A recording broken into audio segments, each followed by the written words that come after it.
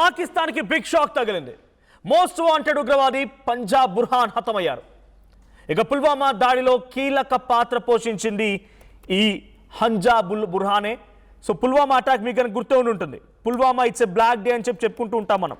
So Pulwama attack జరిగిన రోజున ఈయనే మొత్తానికి మాస్టర్ మైండ్ వేసి స్కెచ్ వేసింది. So Pulwama attack 14 Feb 2019. ఆ రోజు 40 మంది సెంట్రల్ రిజర్వ్ పోలీస్ ఫోర్స్, 40 మంది ఉగ్రవాదులు, 40 మంది ఆర్మీ సిబ్బందిని ఉగ్రవాదులు చాలా దారుణంగా ఒక బస్ ప్రమాదంగా చిత్రీకరించి వారిపై అటాక్ చేసి చాలా దారుణంగా హతమార్చిన సంఘటన.